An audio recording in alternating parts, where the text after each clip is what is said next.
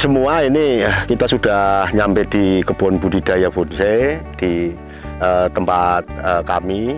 Ada sekitar luas lahan sekitar 3 hektar lah, 2,5 sampai 3 hektar. Ini memang untuk mengembangkan tanaman yang ideal menurut saya untuk dijadikan bonsai kayak gitu, melalui budidaya kayak gitu. Budidaya itu sebenarnya kan merupakan satu kegiatan terencana ya, satu kegiatan terencana untuk mengembangkan atau membuat sumber daya dari aneka hayati untuk mencapai hasil yang terbaik. Intinya seperti itu. Jadi ada perencanaan, kemudian tidak lepas juga dengan pelaksanaan. Kita pengawasannya seperti apa, hasilnya seperti apa, sehingga apa nanti melalui budidaya ini kita anggap pemuliaan aneka hayati. Kalau kita di bonsai berarti mendayagunakan pohon-pohon untuk bonsai kayak gitu. Untuk tanaman bonsai ini kita tidak bisa serta-merta mengandalkan alam sebagai penyedia bahan. Namun demikian alam sebisa mungkin kita jadikan guru. Guru dalam artian adalah guru untuk pembentukan bonsai, untuk inspirasi dan sebagainya, sehingga diharapkan hasilnya, karena kita berguru dengan alam, ini hasilnya juga sealamiah mungkin. Nah, kemudian dari budidaya ini, perencanaan itu seakan-akan kita rapat tiga pihak. Yang pertama itu objeknya adalah pohon, pohon yang menurut kita ideal untuk dijadikan bonsai. Kita tahu bahwa yang ideal menurut kita selama ini yang daun kecil, yang berbunga, yang berbuah, yang punya pohon itu sebaik lebih bagus, punya karakter, kemudian sebisa mungkin juga berumur panjang dan sebagainya. Itu adalah pohon-pohon yang menurut kita ideal untuk bonsai.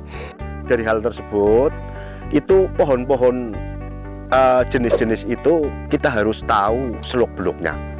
Seluk-beluk yang saya maksud adalah karakternya, watak-wataknya, sifat-sifatnya, sehingga seakan-akan itu kita tahu bahasa pohon itu seperti apa.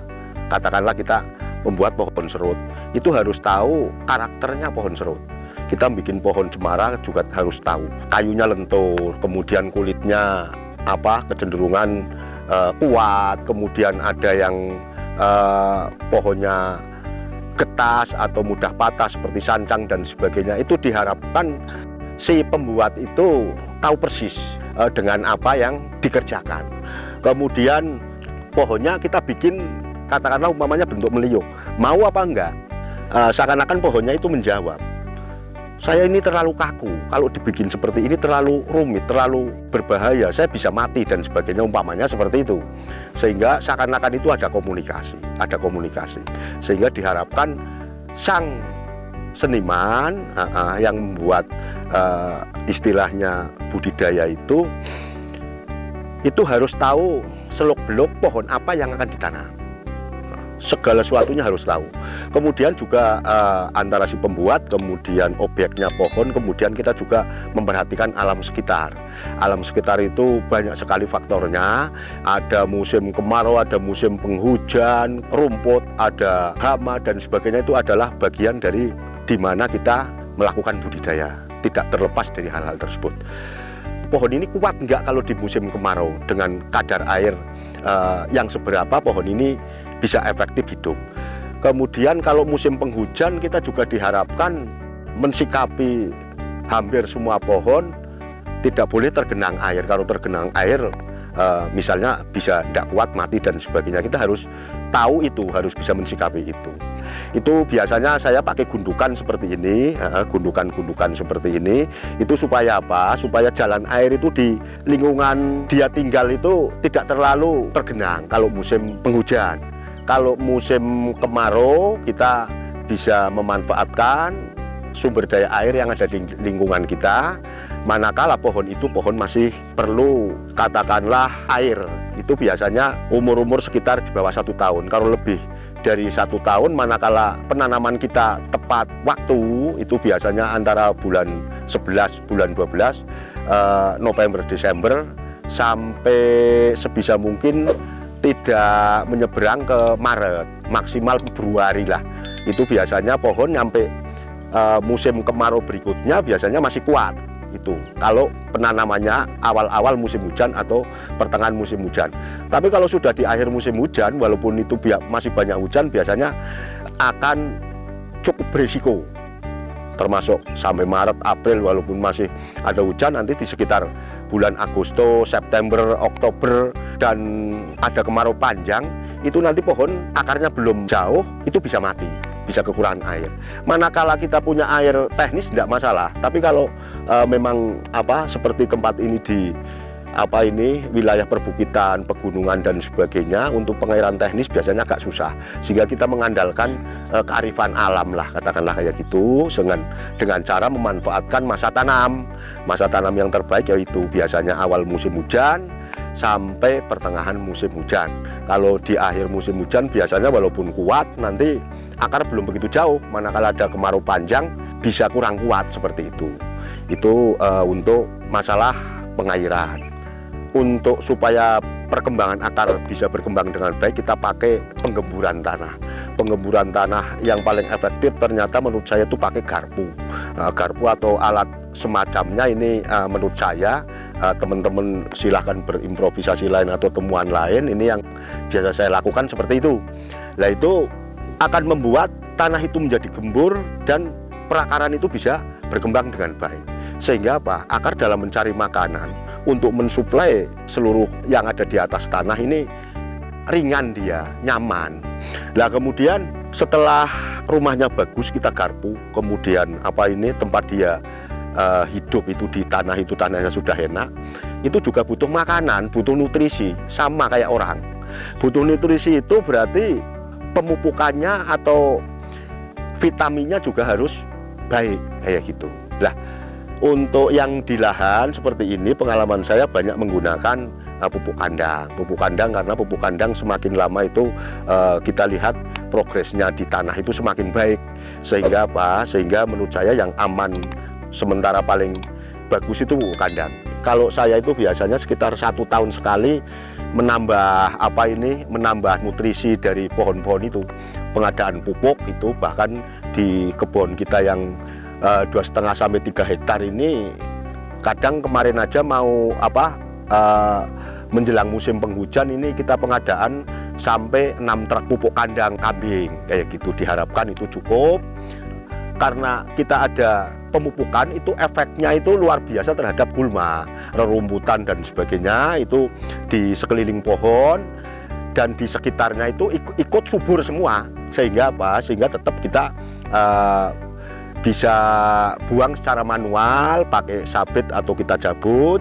Lah, kemudian manakala itu jumlahnya sangat banyak, biasanya saya sikapi dengan pemberian plastik hitam perak.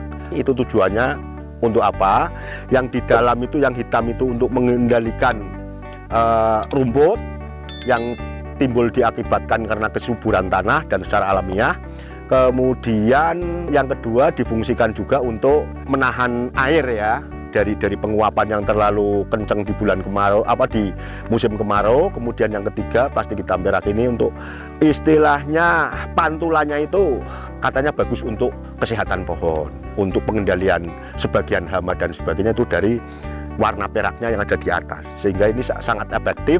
Biasanya saya lakukan yang di luar plastik hitam perak ini, kita pakai semprot rumput, pakai pembasmi rumput, sehingga tidak harus pohon itu kena kayak gitu, tapi dibatasi oleh plastik hitam perak tersebut.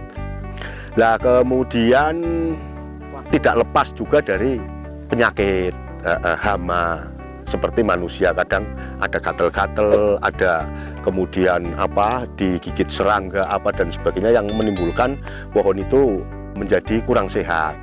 Itu kita juga harus bisa mensikapinya kita kontrol terus menerus. Manakala ada satu penyakit, kita juga harus menghilangkan melalui penyemprotan. Kalau untuk jenis-jenis katakanlah insekta, kita juga pakai insektisida. Kalau jamur, kita pakai fungi dan sebagainya. Sudah menjadi hal umum bahwa supaya pohon sehat kita harus penyemprotan. Penyediaan lahan kita pilih itu, lahan itu adalah lahan yang utamanya ini mataharinya itu bagus, tidak terlalu banyak terlindung oleh pohon, sehingga nanti kesehatannya akan semakin bagus.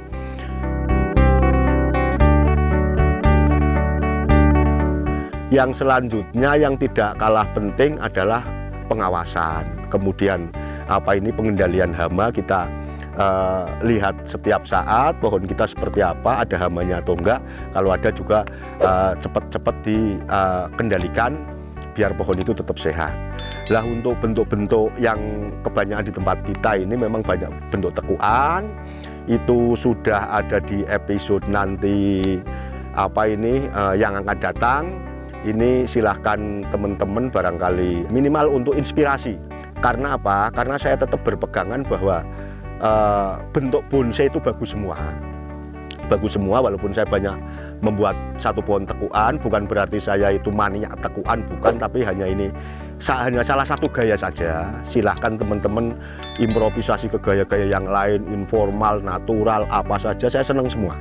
Gaya apa saja itu bagus semua. Silahkan sahabat-sahabat bonsai untuk mengembangkan sehingga kita kaya akan warna daripada bentuk-bentuk dan gaya-gaya bonsai.